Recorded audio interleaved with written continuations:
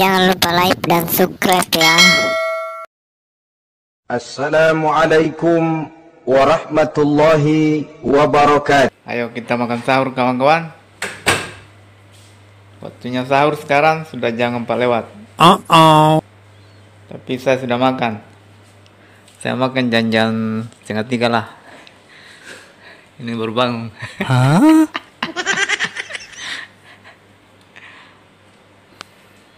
Oke, makan sahurnya apa? Cuma dari rica sama apa?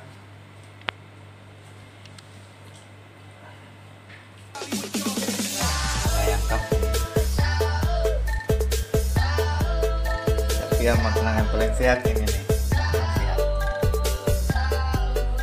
Kalau makan begini kita tidak ini cepat lapar. Kalau makan yang ini nih banyak lemak kita cepat lapar. Nah ini mantap juga ini. Jangan lapar.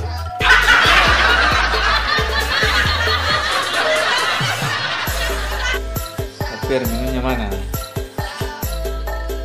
Nah minum kopi supaya ini apa? Cepat ngantuk.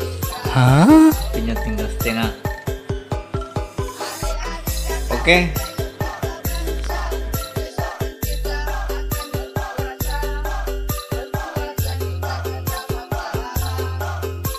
Sekarang kita ini persiapan makan sahur. Teman-teman, ayo bangun-bangun sahur-sahur.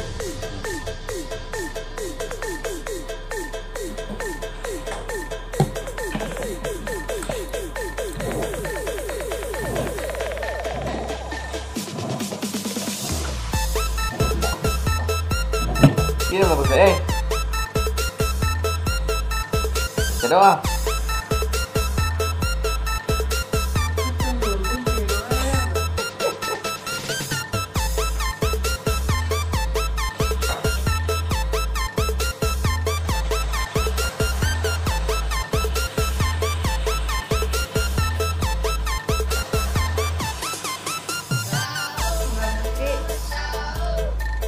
Doa dulu.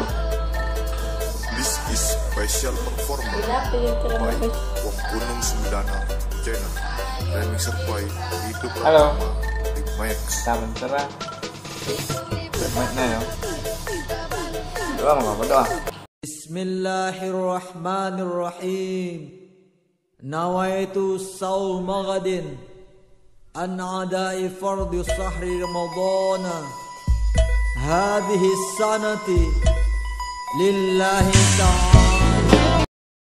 Assalamualaikum warahmatullahi wabarakatuh. Waalaikumsalam warahmatullahi wabarakatuh. Alhamdulillahil jabbaril qahhar al-azizil ghaffar khaliqil jannati wan nar. Wassalatu wassalamu ala sayyidina Muhammadin al-Mukhtar wa ala alihi wa ashabihi al-adhar, amma ba'du.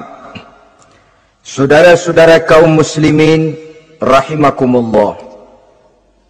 Surga dalam Al-Quran selalu disebut dengan kata-kata jannah, yang wujudnya surga itu sesungguhnya merupakan suatu tempat di akhirat nanti, yang di dalam tempat itulah Allah akan memberikan balasan berupa kenikmatan yang tiada terhingga kepada hamba-hambanya yang saleh, yang bentuk kenikmatan itu dijelaskan Allah dalam hadis qudsinya, a'dadtu li'ibadiyas salihin ma la aynun ra'at wa la uzunun sami'at wala khatar ala qalbil bashar.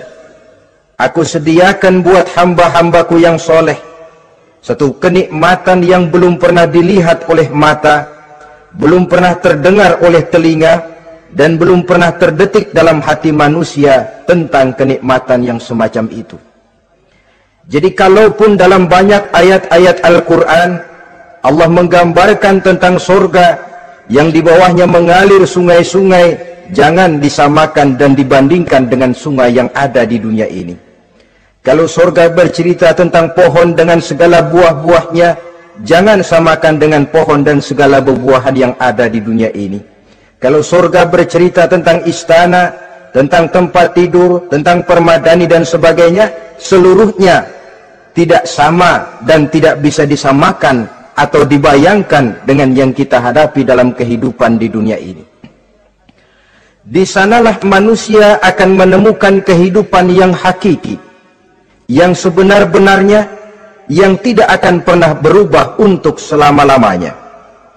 Adapun kehidupan di dunia ini, boleh saja kita katakan kehidupan yang kamuflase, fata morgana, atau dalam bahasa agama sering disebut dengan kehidupan khayali.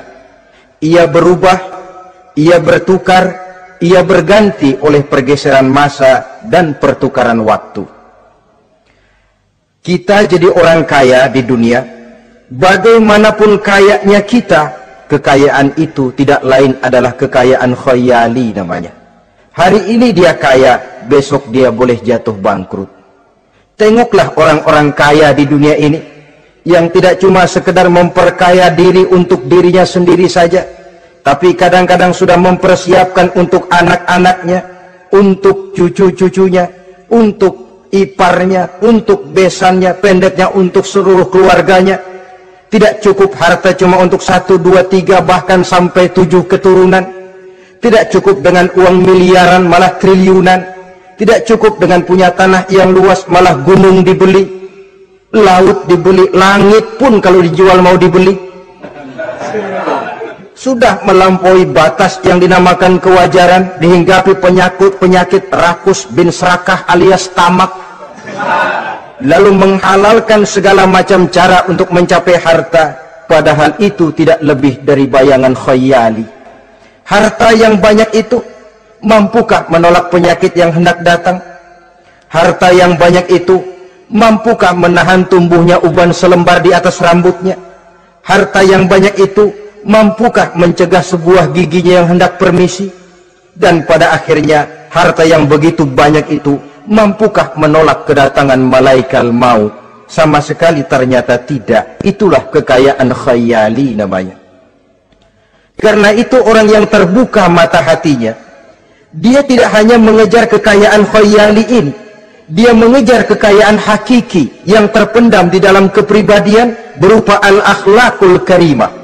Akhlak dan budi pekerti yang terpuji yang menghiasi jiwa dan kehidupannya. Ada sifat sabarnya, ada sifat syukurnya, ada sifat qanaahnya, dan segala macam akhlak yang terpuji. Itulah kekayaan jiwa yang tidak bisa dinilai dengan materi. Kita punya pangkat, jabatan, kedudukan tinggi, pangkat apapun di dunia ini sesungguhnya tidak lebih dari pangkat khayali. Buktinya bahwa dia pangkat khayali, pangkat di dunia ini selalu ada bekasnya. Saudara kenal ada bekas camat, ada? Ada bekas lurah, ada bekas gubernur, ada bekas menteri, ada bekas presiden. Hari ini dia lurah, besok bekas lurah. Hari ini dia camat, besok bekas camat. Hari ini dia menteri, besok bekas menteri. Pangkat khayali.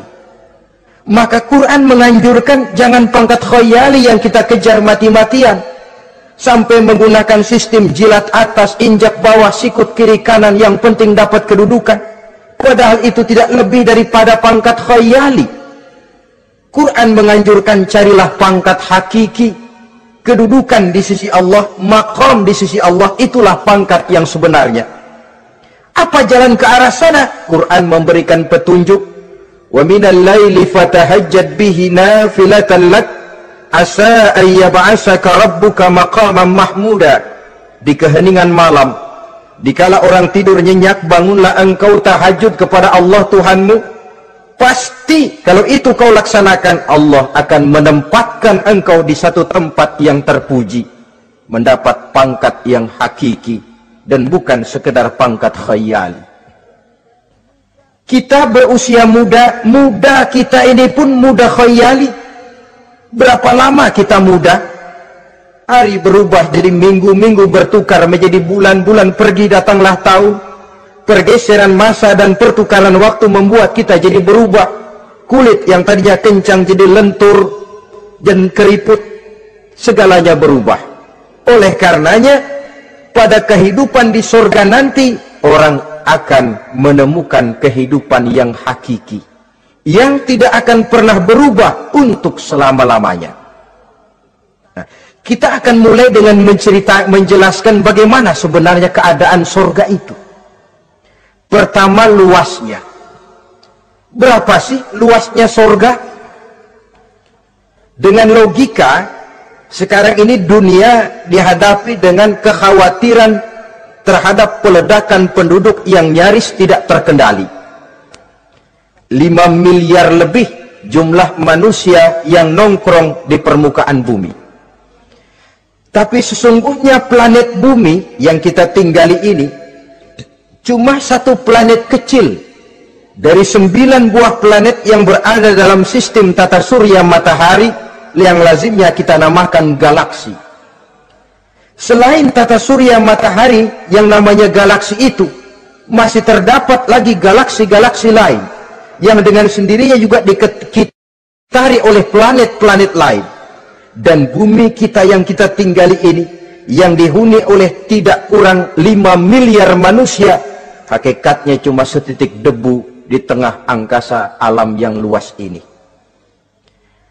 Oleh karenanya, di dalam surah Ali Imran ayat 173, ayat 133, Allah Subhanahu wa taala menjelaskan, "Wasari'u ila maghfiratin min rabbikum wa jannatin arduha as-samawati wal ardu u'iddat lil muttaqin." Bersegeralah kamu menuju ampunan Allah dan surga yang luasnya seluas langit dan bumi. Seluas langit dan bumi. Sedangkan langit oleh mata telanjang ini kan tidak pernah kelihatan. Yang nampak oleh kita biru di atas itu cuma batas titik pandangan manusia yang terjauh. Dan konon itu adalah refleksi sinar matahari yang menyentuh air laut, melahirkan warna biru. Sedangkan hakikat langit itu sendiri sampai hari ini belum terjangkau oleh kemajuan ilmu pengetahuan. Sejauh-jauhnya manusia pergi baru ke bulan. Mungkin dalam beberapa tahun mendatang dia akan pergi ke planet-planet Mars dan planet-planet lainnya. Tapi itu masih terbatas dalam sistem tata surya matahari atau galaksi kita ini. Belum lagi sampai kepada langit yang pertama. Surga yang disediakan untuk orang-orang saleh ini luasnya seluas 7 lapis langit dan bumi. Jadi saudara tidak usah berpikir khawatir di surga nanti kehabisan kapling. Di dunia ini saja masalah tempat tinggal sekarang ini jadi masalah pelik karena memang peledakan penduduk seiring dengan perkembangan tentang lapangan kerja yang harus disiapkan, sekolah yang mesti disediakan, sarana pendidikan yang harus disiapkan, rumah sakit untuk menjaga kesehatan, dan kompleks betul masalahnya. Tetapi di surga nanti, arduhas samawati wal ard, luasnya seluas 7 lapis langit dan bumi. Satu keluasan yang hanya Allah saja yang maha tahu tentang batas-batasnya. Itu tentang luasnya surga. Lalu bagaimana keadaan di surga? Apakah ada bangunan-bangunan, taman-taman, kebun-kebun? Tentu ada. Di surga ada kebun yang tanamannya berupa tumbuh-tumbuhan dan menghasilkan buah-buahan yang buah-buahannya pun boleh dimakan oleh manusia karena tidak akan pernah ada larangan lagi dalam kehidupan di sana. Dalam surah Ar-Rahman ayat 54 misalnya, kita dapati penjelasan dari Allah Subhanahu wa taala, wajanal jannataini dan. Begitu juga dalam surah Waqiah ayat 32 dan 33, Allah menjelaskan wa fakihatin kasiratin la maqtu'ati wa la mamnu'ah, dan di dalam surga itu terdapat buah-buahan yang sangat banyak sekali yang tidak pernah putus-putusnya, wala mamnu'ah, dan tidak dilarang untuk mengambilnya. Yang dimaksud la maqtu'ah, tidak terputus, artinya buah-buahan di surga itu begitu kita petik keluar lagi gantinya, dipetik lagi keluar lagi gantinya. La maqtu'ah, tidak pernah putus. Lainkan pohon di dunia ini hari kita petik keluar lagi kapan? Musim tahun depan, nungguin kita. La maqtu'ah, tidak pernah terputus buah-buahan itu, wala mamnu'ah, dan tidak terlarang untuk memetiknya. Adakah pohon pisang? Pohon pisang ada. Anggur banyak. Delima pun ada. Tetapi sekali lagi, bagaimanapun hakikat buah di surga cuma sama dalam nama, tapi lain dalam wujudnya. Nanti saudara pikir, di surga pisang, di sini juga banyak kalau cuma pisang mah. Di surga anggur, di pasar banyak anggur. Ini cuma nama yang sama, hakikatnya tentu berbeda. So kalau hakikatnya juga sama, ya nggak usah sampai ke akhirat, di sini pun cukup. Adanya nama-nama ini cuma untuk memberikan gambaran tentang buah-buah yang ranum, yang nikmat, yang lezat, dan yang digemari oleh manusia. Dan jangan heran, kalau di dunia ini biasanya pohon itu akarnya di bawah, buahnya yang di atas. Maka di surga nanti terbalik pohon itu, akarnya yang di atas, buahnya yang ke bawah, sehingga orang nggak perlu tangga dan ngambil buah, tinggal metik saja, nggak perlu naik, nggak perlu manjat, nggak perlu bersusah payah. Saudara-saudara kaum muslimin rahimakumullah. Kemudian bangunannya bagaimana? Surga itu pun bertingkat. Di dalam Al-Furqan ayat 10, Allah subhanahu wa ta'ala menjelaskan, Tabarakallazi in sya'a ja'ala laka khairan min dhalik, jannatun tajri min tahtiha al-anhar, wa yaj'al laka qusura. Maha suci Allah, yang apabila ia menghendaki, dijadikannya untuk kamu yang lebih baik daripada kehidupan dunia ini, yaitu surga yang di bawahnya mengalir sungai-sungai, dan dibangunkannya untuk kamu istana-istana di dalam surga. Jadi bangunan di surga pun berbeda sesuai dengan amalan orang yang masuk ke dalamnya. Seperti halnya perumahan di dunia ini, ada yang masuk kelas pondok indah, ada juga yang masuk kelas pondok pindah. Itu kan tidak sama itu. Ada pondok indah, ada pondok pindah. Sudah pondok pindah lagi. Kenapa bisa berbeda begitu? Ya tergantung kekuatan ekonominya. Makin tinggi nilai kekuatan ekonominya, makin mampu dia mendirikan istana di dunia. Tapi di surga nanti, yang bikin mampu bukan ekonomi. Yang bikin mampu adalah amalan pada waktu hidup di dunia. Makin banyak amalnya, dengan sendirinya makin baguslah istananya di surga. Tetapi yang namanya surga, dapat empernya juga sudah lumayan betul itu. Seemper-empernya surga masih jauh lebih baik daripada sebagus-bagus istana di dunia ini. Taj Mahal, bangunan yang mengagumkan. Istana Raja Persia, bangunan yang menggiurkan. Sehebat-hebatnya istana dunia, masih jauh lebih mending empernya surga. Konon ya, menurut satu riwayat, baunya surga itu sudah bisa dicium 40 tahun perjalanan. Menurut riwayat lain 500 tahun perjalanan. Menurut riwayat satu lagi 70 tahun perjalanan. Baunya surga sudah dapat dicium oleh manusia. Saudara-saudara kaum muslimin rahimakumullah. Nah, di dalam bangunan-bangunan surga itu, seperti halnya terdapatlah kamar-kamar ghuraf dalam istilah Quran itu, yang juga berisi divan, ranjang, tempat-tempat tidur yang indah-indah. Jangan lupa like dan subscribe ya.